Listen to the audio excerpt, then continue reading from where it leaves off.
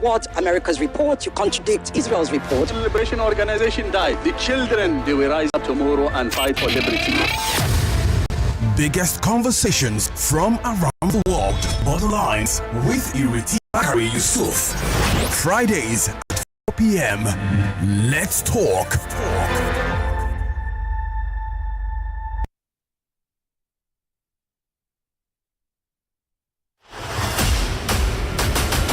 On Borderlines, we go beyond boundaries. You know, let's be honest here. This is an organization that sent nearly 3,000 terrorists into Israel, and on the most part, they won't care if they die. All they care about Israelis and killing Jews. Why is it that Kenya cannot go by dialogue with these people through other international bodies? Straight talk, no holds barred. That's what Hamas did, and Hamas say they didn't do it, but Hamas lied. You contradict what America's report, you contradict Israel's report. The Liberation Organization died. The children, they will rise up tomorrow and fight for liberty. Biggest conversation from around the world. Borderlines with Ireti Bakare-Yusuf. Fridays at 4 p.m. Let's talk.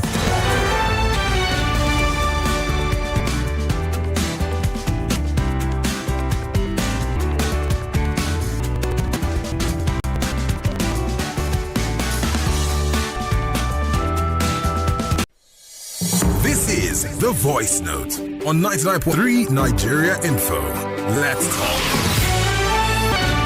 Corruption is not just about giving money. Corruption is about not doing the right thing. And why are we corrupt? Because lack of understanding. It's not as we don't need too much. Our may be too many, but our needs are very. And I don't even envy corrupt people because they destroy themselves and destroy their children, generations born.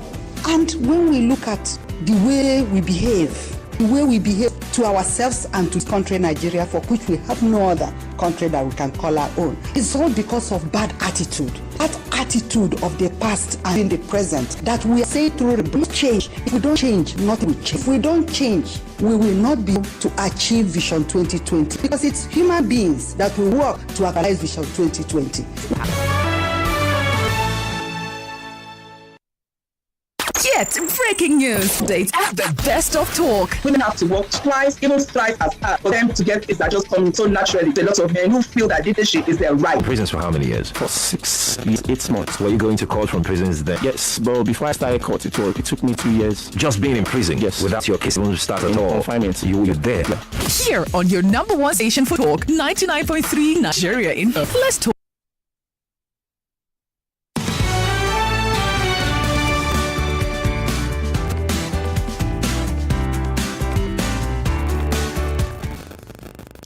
Good afternoon, Lagos, Nigeria, wherever you are listening in from.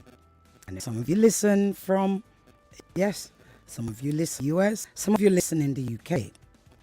My name is Ireti Bakare-Yusuf, the Borderlines, the only show that takes you borders. Our special guest today is not here yet. Yes, we're just waiting for her and we're hoping all is well. So my first guest is, I'll tell you who she is first and then we'll see. Hopefully she'll turn up in between all that. My first guest is the UN Rapporteur, yes, UN Special Rapporteur. So, the special guest for Palestine and the occupied territories, or is it the occupied territories of Palestine? That's who she is. She was appointed in 2022, I believe, in May. So, actually, she's probably, what are we in, 2024? Yeah, so she's done 2 years, I believe. This year she has a 3-year appointment there. She's a report, the most important report, which is called The Anatomy of Genocide. It's a report on the Israel-Palestine, the current conflict, which we can call a genocide, going on right now in Gaza, Israel-Gaza. Some have accused her of being pro-Palestine. We'll let her tell us if that's true.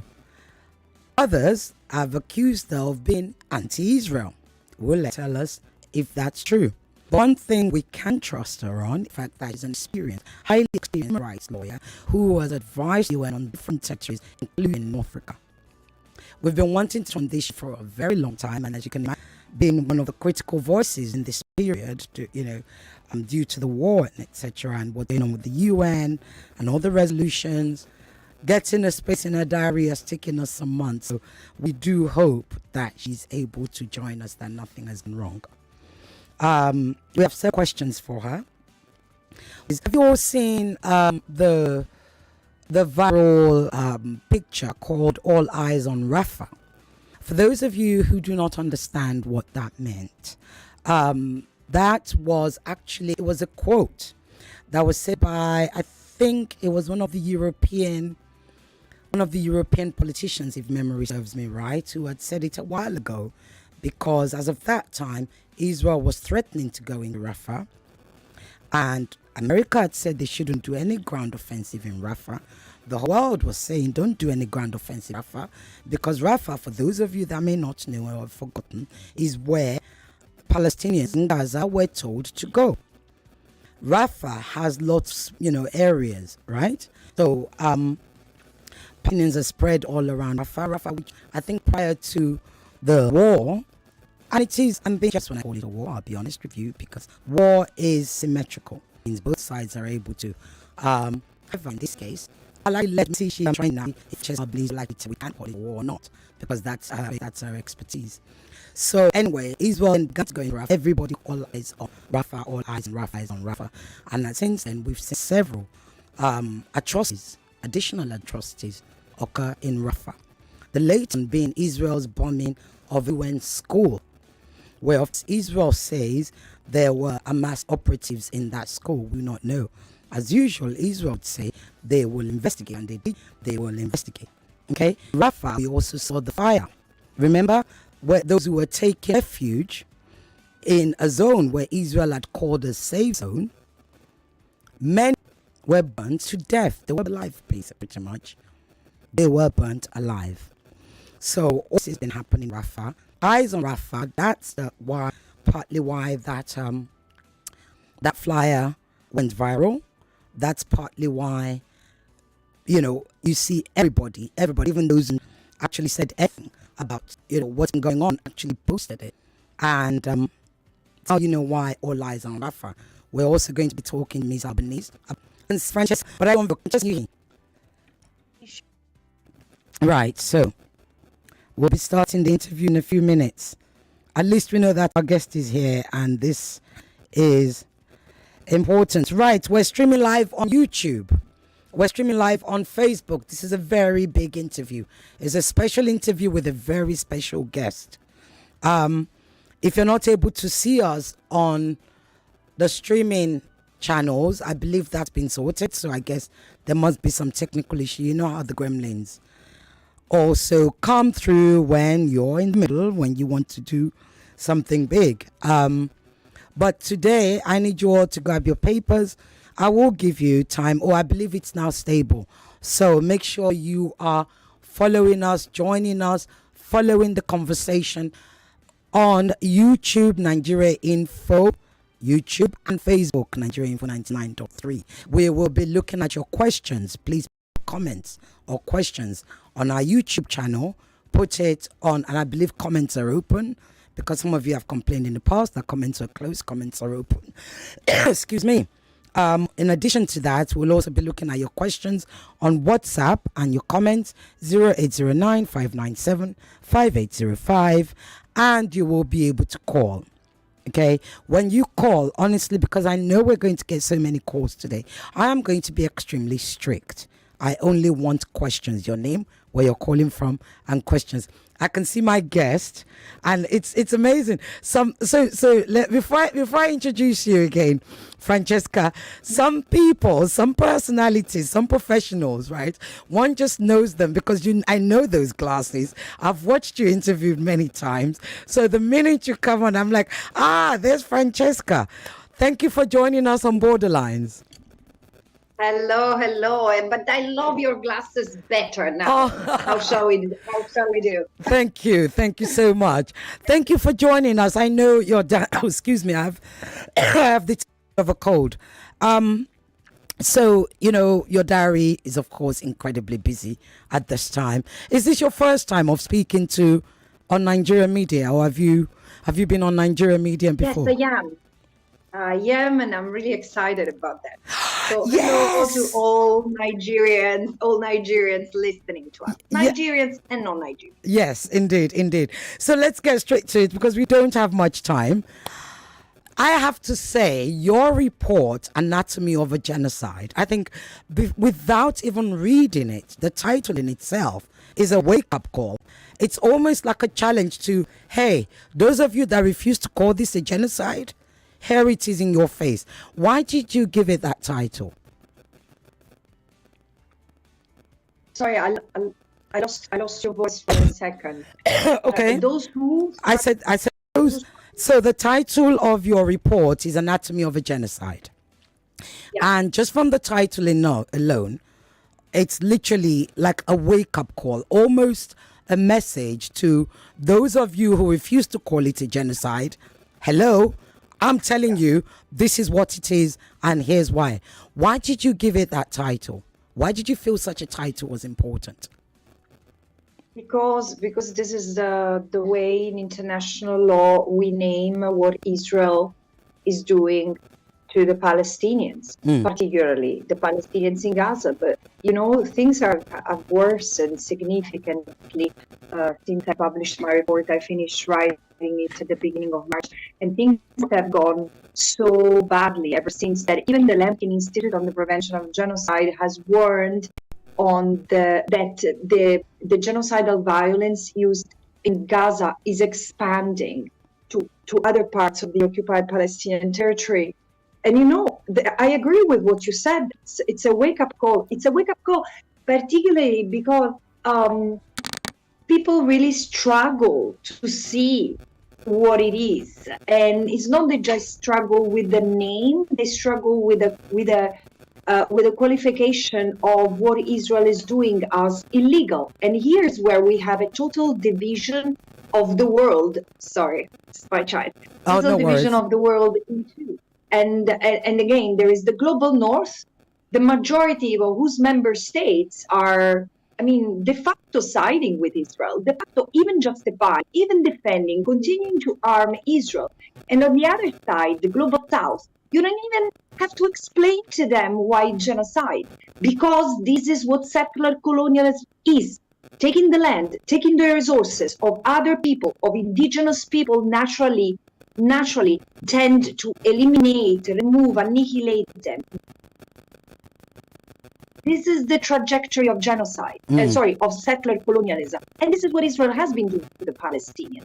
It turned genocidal even according to the Genocide Convention, which is very restrictive in the way it conceives genocide. And I said it. It's acts of killing, infliction of severe bodily and mental harm, the creation of conditions of life calculated to destroy a group in total, in part, which is exactly what Israel has been doing. And it's not correct to analyze the various incidents as isolated crimes. People really are missing the forest for the trees. Indeed. In your report, actually, before I go there, we do ask everybody, because 7th of October has become not only defining for the Palestinians and, of course, Israel, it's become defining for the world at large. It's now reshaping and shaping so many conversations that we've had, that everybody knows where they were on October 7th when they first heard of Hamas's attack on Israel. Where were you and what were your immediate thoughts? I know exactly where I was, because I had just submitted my report on children living under occupation, and I was enjoying for the first time a weekend with my family, with my children after months. And it was horrible. It was horrible. When I got the news, when I got the call, I didn't have the computer. When I got the call, I went on the news, and the images were very powerful.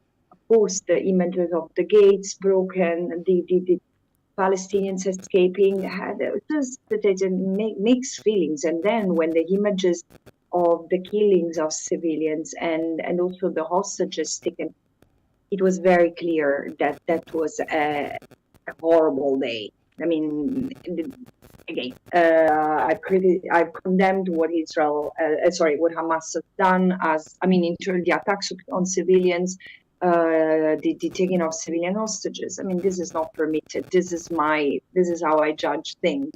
But of course, there is no question that the Palestinians are an oppressed people. So how do they liberate themselves? And what has happened? But yeah, you're right. I mean, in the sense, it's been a changing moment, a redefining moment for all of us, including those like me who know very well that nothing really started. I mean, violence didn't start on the 7th of October. Violence was structural, physical, psychological, epistemic, pedagogical, because the Palestinians were oppressed and humiliated also to teach a lesson. So the reality was brutal before as well, but then of course this brutality has escalated, has intensified ever since. Indeed. Hamas, let's talk about Hamas before we even delve deeper into your report. Hamas has been prescribed as a terrorist group by most Western countries. Nigeria certainly doesn't prescribe Hamas as a terrorist group. So, for instance, I'm not obliged to call them terrorists. Some other parts, Nigeria, South Africa, and other parts of the world especially would say they're a resistance group. They're a resistance group on par with the IRA, on par with the ANC during Nelson Mandela when they were still fighting. Would you, and I know I know that you have to speak in diplomatic language because you work for the UN. Would you say Hamas is, oh, I like you because you're like, not quite. I like that because one is often. I speak honestly. Okay. I speak honestly. So would you say Hamas is a terrorist group or Hamas is a resistance group? What would you call them? No, I wouldn't say that Hamas is a terror group because this is not what the UN qualifies it. I mean, Hamas is not categorized as a terrorist organization by the United Nations, which doesn't mean that Hamas has not or might not or will not commit acts amounting to terror. But you see, this is the difficulty. In international law, there is no definition of what constitutes terrorism. And member states have never defined it. So there are 22, at least 22 different definitions that have been put forward. And it's so disingenuous to define terrorism based on the actor rather than on the actions. And this is the matter, because then you have, of course, all member states categorizing a political group, because Hamas was born in the late 70s, beginning of 80s, as a charity, as a spin-off of the Muslim Brotherhood, but really providing proximity services through mosques. This is how Hamas, and it was supported by the Israeli occupation forces in the Gaza Strip, so to create a counterbalance to the secular Fatah, the main party in the Palestinian Liberation Organization. Of course, Hamas's reputation also grew as it was positioning itself in as an alternative to Fatah, who grew in more and more problematic over time during the Oslo, during the so-called peace process, because there was no peace. There was just advancing of colonization, more repression for the Palestinians, and the Palestinian Authority would be there negotiating. So Hamas was very strong against them. And yeah, I do not particularly sympathize for Hamas because I'm a very secular person, and I like that every religion is respected, but it stays out of politics. This is my personal assessment, also as a human rights lawyer. And so, and then when Hamas won the election, it won the elections that were assessed as the most democratic in the Arab world ever, including by Western observers and monitors. But after that, the West withdrew its support because they didn't like Hamas, and then it became an internal problem. So there has been such a huge interference with Palestinians' businesses over and over. And of course, then Hamas for 16 years have been controlling the Gaza Strip. So it became Hamas's kingdom. And Hamas has been ruling with a very, very heavy iron fist on the people in Gaza. So the first victims have always been the Palestinians. Having said that, the Palestinians are still oppressed by an apartheid regime that continues to take the land and pushing the people out. This is the thing that people need to understand. The end game, it's an apartheid regime for sure, but the end game of Israel is not South Africa. It's not to remain apartheid South Africa. They want to become like the United States, meaning annihilating the indigenous presence. And it's been said as clearly as ever when the Smotrich and his other minister colleague, Ben Gvir, talk about the subjugation plan. The Palestinians can stay as subjugated, or can fight and they will be killed, or they can go and they will be spared. This is the plan. And you call it, where is the space for self-determination? You see?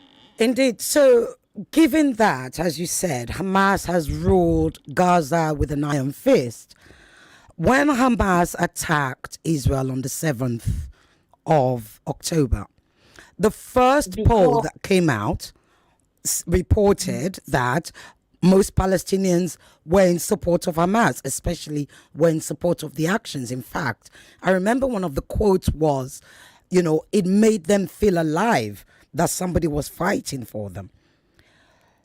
Do you think 8 months on, 7 months on, are the Palestinians still in support of Hamas, given that 40,000 odd have been killed by Israel? Are the Palestinians still in support of Hamas, in your opinion? I cannot tell you with certainty. What I know is that Palestinians do not want to be subjugated. The Palestinians claim their rights. And this is why there was, while they recognized, and I've never heard anyone saying, no, Hamas didn't commit crimes. They had trouble when they were finding themselves, Palestinians were finding themselves on TV screen, invited normally by Western interviewers, and maybe they had lost already 20, 40, 60 family members. And the first question would be, do you condemn Hamas? Do you condemn Hamas? Like, do you condemn Satan? Yes.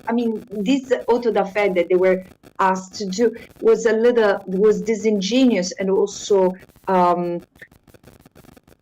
arrogant. Who are you to ask me that? Have you ever heard anyone asking an Israeli, not an Israeli, an Israeli civilian, do you condemn what is being done in your name in the Gaza? It was a legitimate question to the people who maintained a military occupation for 56 years, and they vote the Palestinians not here. So the thing is that Palestinians will always thank the force which goes there trying to liberate them from the yoke of oppression. I think that this is such a natural reaction among oppressed people. What is interesting is that Hamas, and this is again where mixed feelings lay. I cannot speak on behalf of the Palestinians, but what I perceive is that, and Palestinians are very sophisticated, so it's very brutal the way they are portrayed in the West, which is really black and white. It's either or. No. They say we have been living for decades in a shrinking, increasingly suffocating space, and on the 6th of October, we were not even on the map anymore. So no one was talking about us other than human rights people, experts. At the United Nations, it was the same story. Israel was advancing its annexation of occupied territory. It would bomb every now and then Gaza. everything. The people in the occupied Palestinian territory, Gaza, was the most eminent expression of the ghettoization. But everyone lived in this confined space, like Bantustans in South Africa, and also the Arab countries and more countries, in fact, in the global South, were normalizing their ties with Israel. But even think, I mean, how courageous and brave has South Africa been in going, I mean, this state which emerges from 300 years of colonialism, 50 years of which are called apartheid, but it's, you know, that we know that settler colonialism is apartheid. And then they go straight on to bring justice to another apartheid regime. This has been so powerful. But they've gone alone for a long time. I mean, and I realize even in Africa, not many countries, as they would have done during the decolonization, joined, because eventually everyone has its own issues, and the West is very influential. Is still very influential. So again, I think that what South Africa has done, in addition to what the Palestinians have done, yes, it's illegal to kill civilians, but we need to break. The status quo had to be broken. We could, and they cannot return to the status quo ante, meaning to the pre 7th of October quiet apartheid style. They don't want to. So they are taking this as an opportunity. I mean, it's very sad to hear the Palestinians in Gaza saying, we are dying to let Palestine live. It's really heartbreaking. But this is what's happening. They are dying to let Palestine live. In your report, you said Israel's genocide, and I'm quoting here, is number 95 in your conclusions, I believe. You say Israel's genocide on the Palestinians in Gaza is an escalatory stage of a long-standing settler colonial process of erasure. For over 7 decades, this process has suffocated the Palestinian people as a group, demographically, culturally, economically, and politically, seeking to displace it and expropriate and control its land and resources. Let's talk about resources. It is widely reported that there is gas in Gaza. Could that be part of Israel's intention or motivation, I think is the right word? Yeah. Yes, because there is already an Italian company partnering with Israel in order to explore the gas, the gas offshore Gaza. There is no secret. So, given that, then, let's talk about the international community, number one being the United States. It was reported yesterday that the UN were about to, and I'll have to open the quotes, but if I remember off my head, the UN is about to actually list Israel as part of the countries that's hostile to children. Is that correct? If that's, yes, what does that mean? What would that mean for Israel, especially with regards to ammunition, trade, the United States, and their standing in the UN? Yeah, look, there has been for, I think, 14 or 15 years now, I might be wrong on the years, but a special representative of the Secretary General reporting to the Security Council on the grave violations committed against children in situation of armed conflict. And this report is called, the acronym is CAAC. So the Special Representative of the Secretary General on the CAC. And for over a decade, this office, the Special Representative of the Secretary General, has listed a number of countries which we recommend, commit egregious violations of international law, which are particularly harmful toward children. And this includes killing, maiming, attacks on education, arrest and detention, and so on and so on. And basically, for years, the United Nations like UNICEF and civil society, both Israeli and Palestinian civil society and other international organizations have provided documentation demonstrating that Israel had to be listed among the countries committing grave violations against children. And it has never happened for political reasons. So we know that every time the list Israel was on the list reached the highest level of the United Nations, and then Israel's name would be dropped. So this year, it's there. It took 15,000 children killed in 8 months in the most brutal conditions. I've never, seriously, and there are horrible wars. There are horrible wars in the world. But, keeping a population of 2.3 million people, half of whom have children. And just before the 7th of October, 80% children were already suffering from depression and having serious mental issues, because in 16 years, these poor creatures have suffered 5 major wars, which had killed 5,000 people, including 1,200 children, and orphaned and maimed so many. So the violence against them was already extreme. And I know I've been working with children for 2 months to write my report, including children from Gaza. And then it took 15,000 of them and the possibility to also list Hamas. And finally, both Hamas and Israel are on the list. So yeah, of course it's welcome. Is anything going to change? I hope so. But the UN system has proven incredibly ineffective and paralyzed on this issue more than ever. And this is why I think, sorry, it was a long answer. No, go ahead. It comes back to us. The UN Charter says we, the people, and we, the people, have the responsibility to ask for international law to be applied equally, without discrimination, without double standards, because this is not, again, I don't want to live in a world which practices discrimination based on privilege. So, yeah, this is where I am. So, talking of international law then, how do we begin to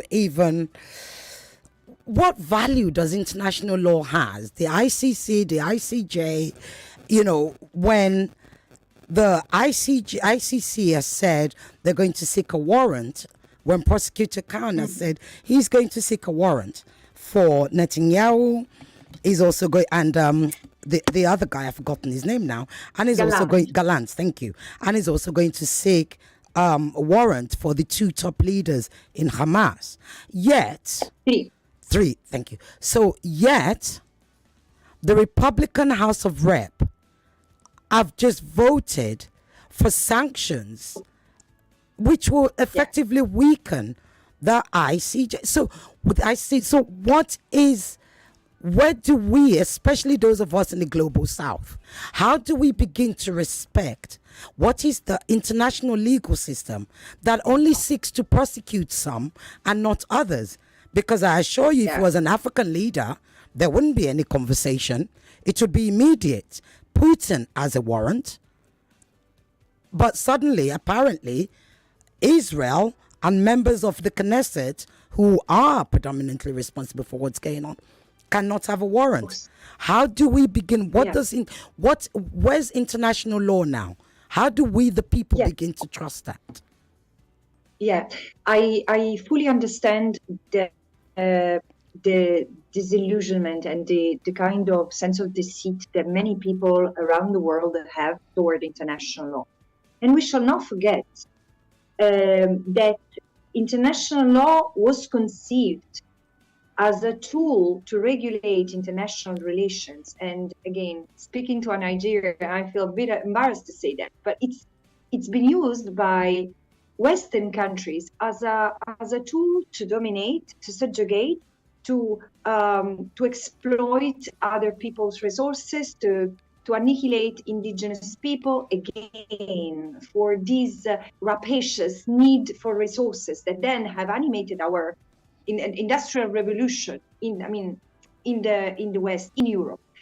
And if the system that was born out of the Second World War, the multilateral system of 1945, still reflected that order. So there was a need to humanize the system, but more than half of the world was still under the yoke of colonialism. So most Western countries were still accompanying other people toward the path of civilization. So it's excruciating to remember this, but we must, especially people in the West. I say we are affected by colonial amnesia, and we cannot, if we want a better world, we have to come to terms with the past and atone for the past, even if it implies responsibilities.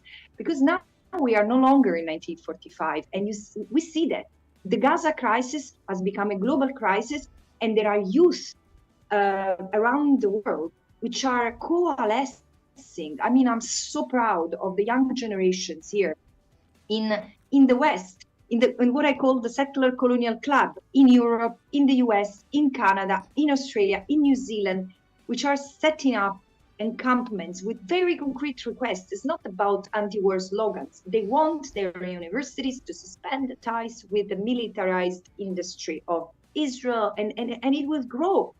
So there is a new generation which is much more enlightened, much more diverse, much more honest, and they understand injustice in a different way from, for example, my generation. For them, social justice, LGBTQI, minority rights, indigenous rights, climate justice, it's all connected.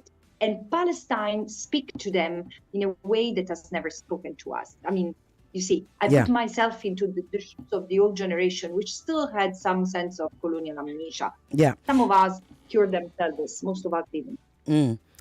So today, international law needs to be activated through we the people. You know how many things are being rejected by European courts or courts in the US, like, for example, the banning of the slogan "From the river to the sea" because it was pro-Hamas or pro-terrorism. That's not true. It's a historical false to say such a thing. And then finally, a German court just rejected this Ministry of Interior's decision, saying it's freedom of speech.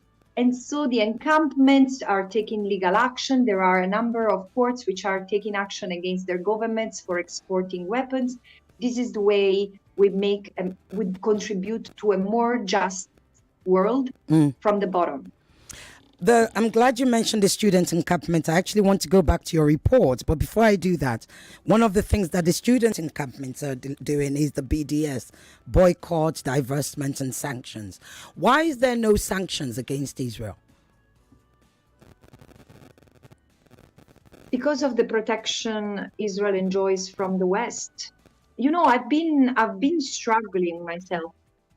I've been struggling myself with realizing what was the issue. And of course, Western societies are very diverse, but there is one element that you can find in the ruling class, particularly those governments who have come to power in the last 15, 20 years. There is an incredible rise and resurgence of right-wing parties in the West, which are xenophobic, which fear the other, anyone who's anyone who's not white, and they fear it. There is this incredible.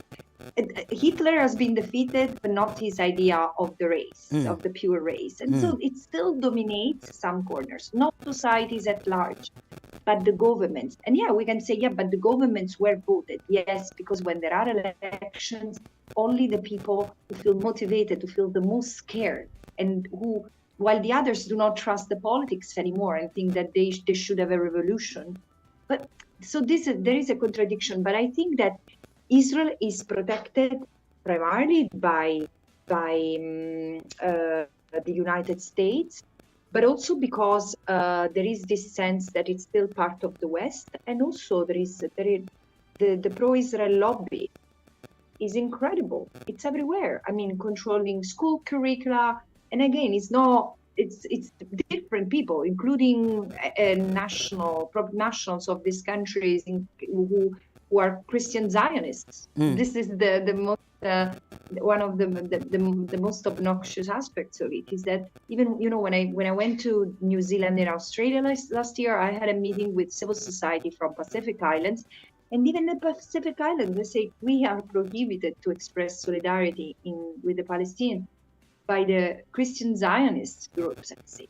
Wow. In Vanuatu, I don't know how it's in Nigeria, but it's very powerful all over the world. And so it's a combination. And then of course but it's not that much. There is this sense that how can we claim that the state who survived the genocide is committing genocide? Well, first of all, the people who were genocided were the Jews.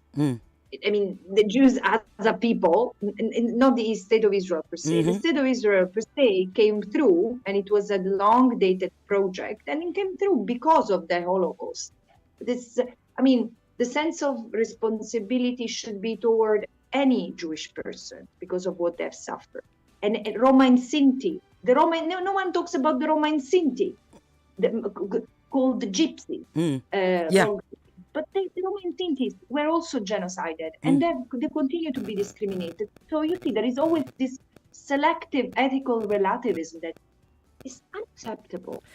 I'm glad you mentioned selective, because in your report, one of the recommendations is immediately, and I'm quoting here, immediately implement an arms embargo on Israel, as it appears to have failed to comply with the binding measures ordered by the ICJ on the 26th of January 2024, as well as other economic and political measures necessary to ensure an immediate and lasting ceasefire and to restore respect for international law, including sanctions. So if there's, given the rise of the far right, as you rightly said, we have Nigel Farage, who is effectively, the poster politician for the far right in the UK now, the acceptable one anyway. And then, you have what's happening in America. You have the fact that America continues to support Israel. And as you said, a lot of Western countries continue to support Israel. Who has the guts to actually implement that arms embargo? And how possible do you think it can be done? Countries from the global south, they have. Countries from Latin America, well, not many countries. In fact, in Europe, people will do that. Eventually, countries will do that because they fear legal, like judicial retaliation. They fear justice because they know that their courts are effective, and so it won't be possible to inject with that system. So far, it's not complete though.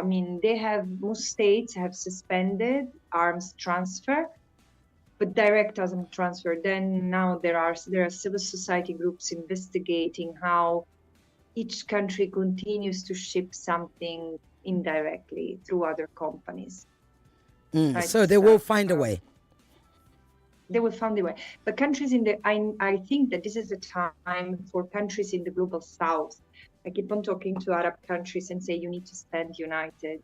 You don't need a special rapporteur from south of Italy telling you that. But this is something, the relationship between Palestine and Israel in a way epitomizes the relationship between the global north and the global south, and including in each country, both in the global north and in the global south, if people lose power, because it's a very unjust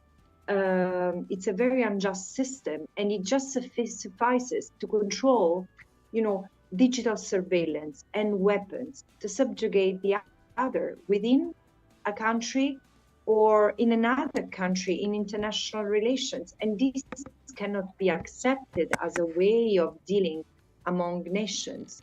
It's already been too much. The international community has already permitted too much to Israel, and this impunity has been so detrimental, not only to the Palestinians, but also look at the Israeli society, how extreme it has become. Yesterday, like many, and now it has happened for many years. I was in Jerusalem in 2010, and for 3 years. And on every night of Jerusalem Day, like yesterday, there were mobs crossing the city, crossing the town, and chanting horrible chants against the Arabs, against the Palestinians. Death to the Arabs, gas chambers, really horrible, heavy stuff. But then seeing now that most of these mobs are made of children, they are minors, and they attack, they jump, they hit anyone who looks like Palestinian. So let me then say, if that's the case, one of the things that you will find most people saying is that, look, given what we're seeing in Gaza right now, especially what's happening to children, unless there is an immediate independence of Palestine, the children whose parents are being killed, children who are being orphaned, children who are being maimed, children who are witnessing this hideous trauma will themselves become resistance groups later. Now, when you then look at the children in Israel, these same children who have been indoctrinated, as you saw, to hate Arabs, will be the same children that are facing each other. So what then is the way forward? I do have other questions, but you triggered that, that question forward because of what you saw in Jerusalem. What is the way forward? How do we prevent the next generation of Palestinian children and Israeli children from actually being in conflict? Look, I think that the story, and this is not to make an obvious, easy comparison, but the story of South Africa is so telling. Because I was talking to a South African comrade recently who said, it was during, around the mid 80s that the apartheid looked as furious and brutal as possible. We would have never imagined an end of the apartheid in less than 10 years. And at the same time, as the brutality from the police, from state institutions rose, so a minority within the white South Africa community also had started to disengage. And this is happening today as well. It's very tiny. I cannot say that I'm not scared for them as well. But there is a minority of Israeli Jews who are standing in between the Palestinians and the extremists, settlers, for example, who feel this responsibility of protecting the other. The solution cannot be any other than decolonization. Whatever, for me, it's too much, it's too early, although it sounds counterintuitive, but now it's not the time to talk about two states, one state. This is something they tried, they failed. This is something that people should choose. I have the feeling, and probably I will not live long enough to see that place fully decolonized and fully become a place as it used to be before colonization, for the Jews, for the Christians, for the Muslims. But knowing the kind of beautiful people that the Palestinians are generally as a people, and also how special Israeli Jews are. They do not show this face now to the world. And that many of them have been indoctrinated to a racist ideology. They need to be accompanied to educate themselves of what they know and be told the truth. And it will be very painful for them to realize what they've done to the other. Because they will see also the kind of dehumanizers that they are, dehumanizing people they have been. And at the same time, I don't see any way forward other than that. It requires a lot of compassion and a lot of wisdom, and neither of them is a striking quality of Western leaders. Let's put it this way. Well, that's when you say you don't think you will see it in your lifetime, that effectively means I won't see it in my lifetime, and most of us won't see an independent Palestine or two states living side by side in harmony and peace in our lifetime. Now, that's scary, because when you look at what's happening... But I say I may. I said I may. You may. Because in fact, this is what I want. I mean, it's really one of the things at this point in my life want the most, because it also feels so personal after these 8 months, you know. It's the spiritual damage done to anyone in my circle who was not there with a foot on the ground. And at the same time, we have seen what has happened to the Palestinian people. It's been excruciating, seriously. Yeah. And at the same time, I want to see the end of it. I know how beautiful these people could, I mean, what kind of beautiful society these people could build, but it is to be a society without suprematism, without white suprematism. It's tough. In a historic move, you have Spain joining Slovenia, Ireland, and Norway. They've all recognized Palestine at the UN. There's over 140 countries now. For some of us, that seemed like a really aggressive, positive move forward, because that's something that hadn't happened in decades. Do you think that pressure, the growing pressure from these countries, will actually shape the way America behaves? Or is Biden just playing lip service till he wins the election in November? I think that the US and Israel share one thing among many, this feeling of being above the others, this feeling of being above the law. And in fact, it's interesting, you know, the US never talk about international law-based order. They talk about rule-based order. Whose rules? Who sets the rules?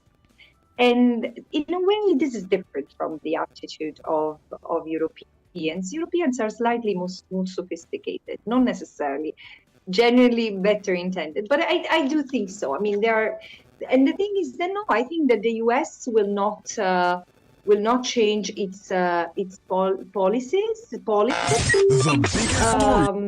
not anytime soon. But yes, things are changing around the world. I still think that the main propeller of change has been South Africa. South Africa is the country which has made. Excuse me. This is the country which has made history already. I mean, justice might lose, but the fact of seeing the South African team really shining with the power of history and the power of international law before the International Court of Justice, while the Israeli team was losing papers. This will go down in history as a topical moment, you know? Indeed. Of course, other things are changing, but they're taking time. The recognition of the state is important, but it cannot be merely symbolic. It needs, will the states qualify what Israel is doing as an aggression, and therefore triggering the right to self-defense of the Palestinians? So will they intervene militarily to protect the Palestinians? What does it mean, recognizing a state at this point? Because it has legal implications. That was going to be my next question, but you've already answered it. So let me ask you now. We have one of the things that's growing in the world, if you like, is disaffection, if you like, a growing disaffection with the UN. Many are saying, look, if you have an executive council, you've had many resolutions, and one country can come along and cancel everything. What then is the point? Yeah. This is the point. The system has shown its weaknesses, its limitations, because and again, this is why in my engagement with international community, with member states in New York or in Geneva, I tend to stress the same point. This is leading to a dramatic final erosion, is the nail in the coffin of multilateralism, because the Security Council is there to ensure peace and security of everyone, not of a group. If rights are no longer rights but privileges for some, this is not a universal system anymore. Again, it's a clown aiming at protectionism rather than protection, and this is where we are going to lose countries. So there might be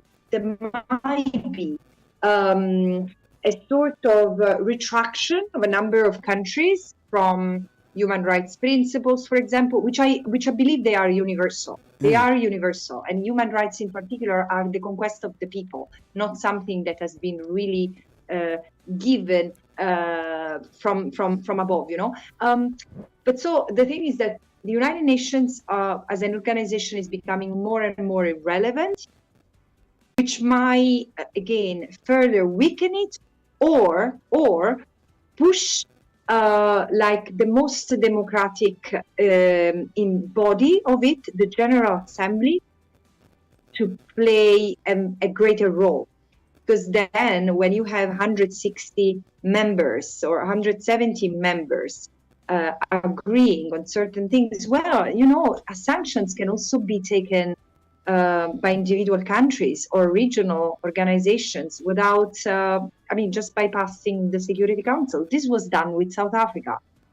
South Africa was suspended from the UN. South Africa was not kicked out because of a veto. I can't remember who was veto, but chances are that it was the US. I can't remember. But then it was the General Assembly, where there is a pro-Palestine, pro-justice and human rights in Palestine camp, and they can vote for a Uniting for Peace resolution, which just circumnavigates the inaction of the Security Council. I'm going to open up the lines because I know they've been trying to call and I haven't picked up the calls. 0201 277 0993, 277 1993, 277 2993, 277 3993. We don't have much time. As I told you, it took us a long time to get Miss Francesca Albanese. Her diary is mega full, so we're not letting her go. But you can only call, give your name, where you're calling from, and your question, and be very short and succinct. Whilst you're calling, I have one final question for you from me, which is, some have accused you of anti-Semitism, right? Some have accused you of being far too pro-Palestine, biased against Israel, that your reports is not rounded enough. What do you have to say to such criticism? I'll give you a minute because honestly, the lines have gone crazy now. Nigerians don't business, as we say. They want to talk to everybody. Yeah, no, I've never been challenged on the substance. I've never, they say that my reports are biased because they look at Israel. Yeah, but Israel is the occupying power which acts as a colonizer.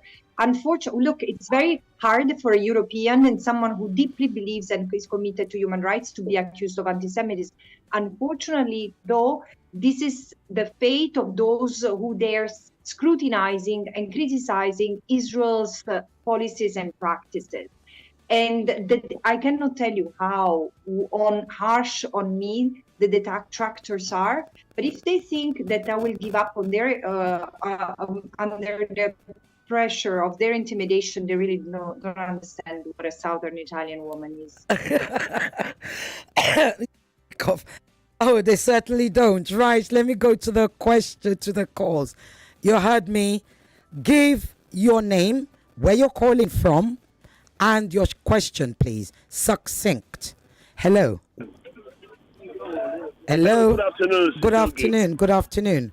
Yeah, good afternoon to your guest. This is a merchant man. Yes. My question is, in the face of a likelihood of defeat of Hamas, as Rafah, which is the last stronghold of Hamas, has first coordinated attacks and bombardments, then at the post-Hamas defeat of this war, what is the likelihood, or who will be the person again to tell the whole world that once there were people who were occupied and were... I don't understand. This is what are you saying? Okay. What is your question exactly? My question is, if likely Hamas been defeated, who based on when they are exterminated, who will be the person who will take over from Hamas? Yes, who will remind the world that these people have been suppressed and been subjugated? That's my question. Thank you so much. Ms. Albanese, I'll let you write that down. Let me answer another one. Hello? Yes. Hello. Yes, good afternoon. This is Tumi from Ikeja. Go ahead, Tommy. Your question, please. I really appreciate what you've been doing, but I want us to have a balance. Your question, please. Your question, please. Yes, my question is very close. Come, just relax. The question I'm asking is that whose land really is it? Because your people have come up here and said the land belongs to Palestine. Some people have come and said the land belongs to Israel. Whose land is it originally? Okay, thank you. And when was Palestine named Palestine? Okay, thank you. Thank you very much. I'll pick up one more call and then I'm going to give Miss Albanese some time to answer. Hello? Hello? Yes, good afternoon. Good afternoon. Your name, where you're calling from, and your question, please. This is Pastor Badamoski from Surulere. Your question, please. My question is, now, what is, in case U.S. stop protecting Israel, what will happen to Israel? Okay, thank you. If they stop protecting Israel, what will happen to Israel? Okay, thank you. Okay, Francesca, I'm going to give you like what? Can I give you 3 minutes to answer those? Because the lines are still going crazy. Is that all right? Okay. To answer all those 3 questions. Yes, go ahead. What happens when Hamas is defeated? What happens if Hamas is defeated? Because so far, and I don't even know how, but Hamas is still fighting. But one thing I'm sure of, this is not going to become an opportunity. It shouldn't become an opportunity for a new wave of colonization. So Israel envisaging to build up settlements, or even the Americans, because the Americans are already somewhat making plans on Gaza together with the Israelis. This should not happen. The self-determination is with the people, and I will return to it. Whose land is it? Look, in 1947, there were 6% of the land belonged to Jews, mainly from Europe, who had escaped Europe because of Nazi fascism and persecution, and had gone to Palestine with the idea of create a Jewish state. They didn't go as refugees. They didn't just as refugees. They just didn't go as migrants. They went with they participated in a process which was the taking of the land. And this resulted in the kicking out of the forced displacement of 750,000 Palestinians, who are now 7 million refugees, most of them still living in refugee camps because they want to go back to their homes and their lands. It's really, and they took over. They carried out, Israeli forces carried out massacres, destroyed villages, as they are doing in Rafah in a smaller scale. 15,000 Palestinians were killed. In 1967, they did the same thing. So they occupied what remained of historical Palestine, on which Israel had been created in 1948. The Gaza Strip, East Jerusalem, and the West Bank. Kicked out 350,000 Palestinians, who are now 2 million people, and occupied the land. And for 56 years, the land has been occupied. So look, this is a settler colonial reality. Is never going to be ended by the removal of the settlers. This is not going to happen because people, the Jewish Israeli Jews have been living there for 75 years now. This is where they live, but they should acknowledge themselves as a settler colonial society, as white people in Australia do, for example.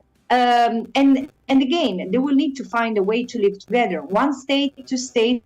This is, as I said, it's not important for me at this stage.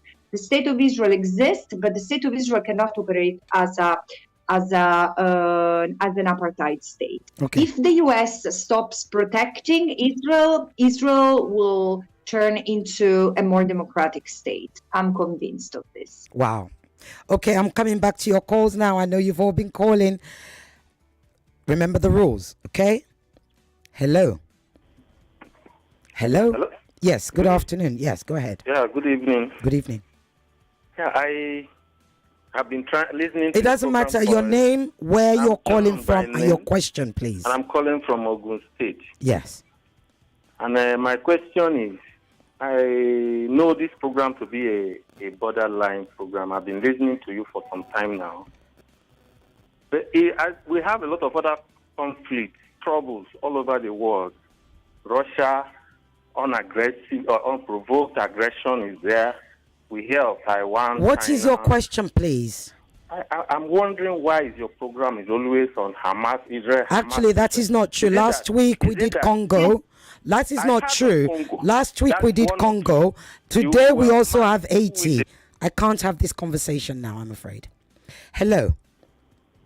Hello, good evening, sister. Good evening, good evening. Your name and where you're calling from and your question, please. Yeah, please, this is anonymous. Okay, your question, please. Yeah, please, it's okay. I want to know the difference between the apartheid of South Africa and South Africa regime and the Israeli apartheid.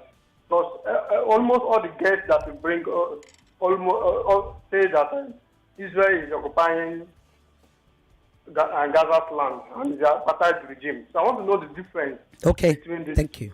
Okay, thank you. And one last question. Hello. Hello. Hello, good evening. Good evening. Your name, where you're calling from, and your question, please. My name is Citizen Gabriel. Okay, your question, please. I'm calling from Olowora. Okay.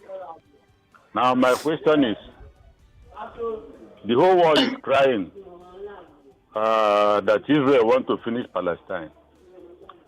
In like boxing tournament, when a manager sees that his man is being wounded so much, he throw in the towel. Why not Palestine throw in the towel and surrender?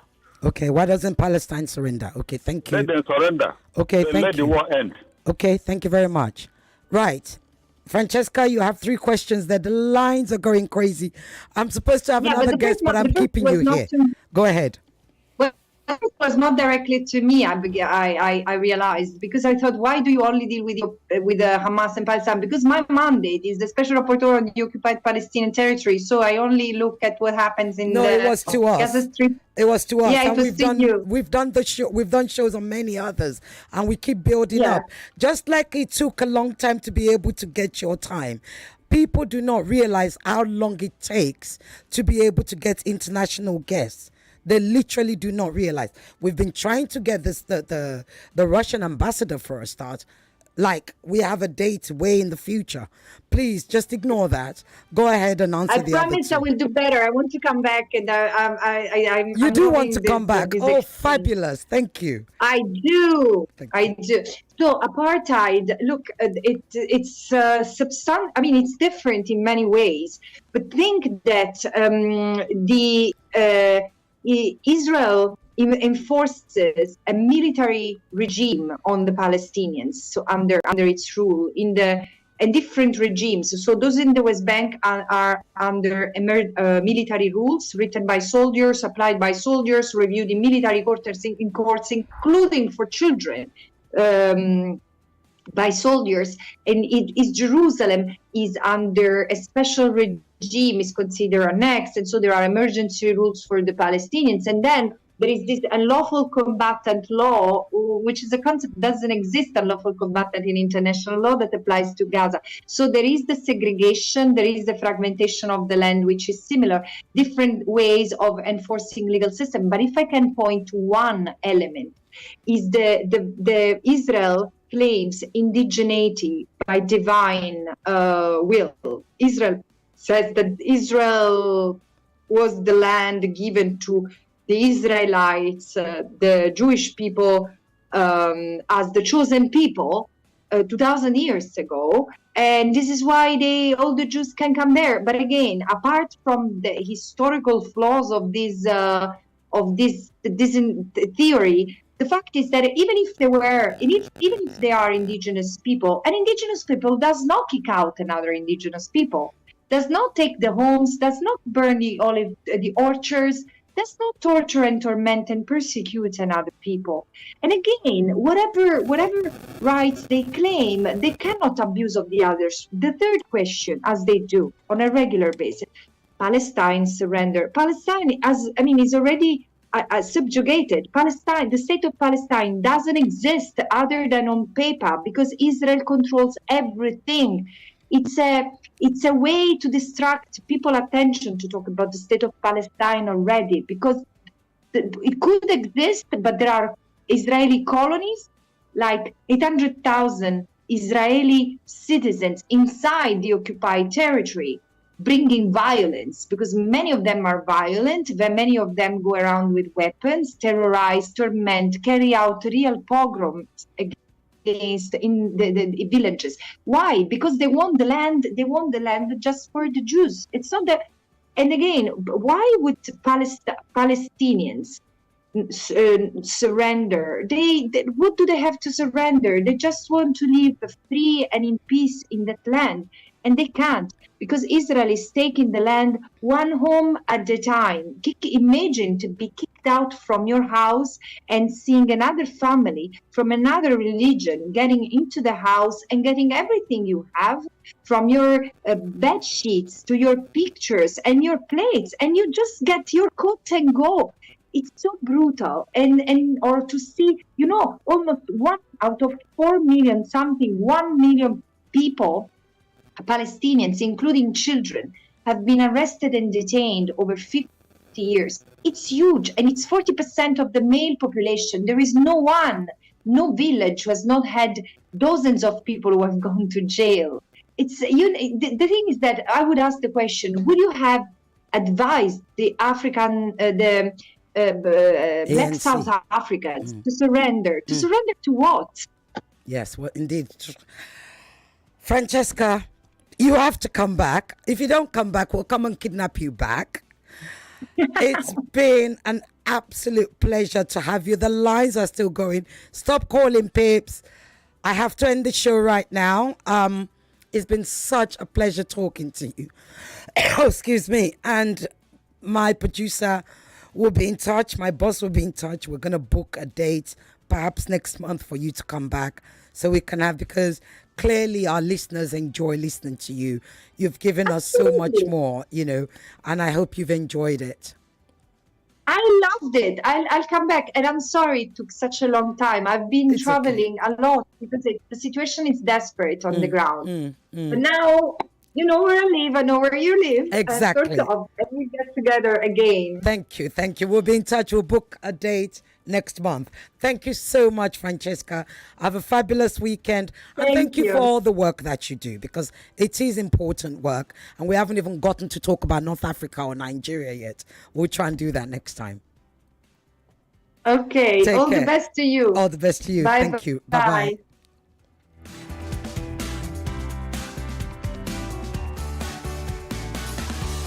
99.3 Nigeria Info. We are more than just radio.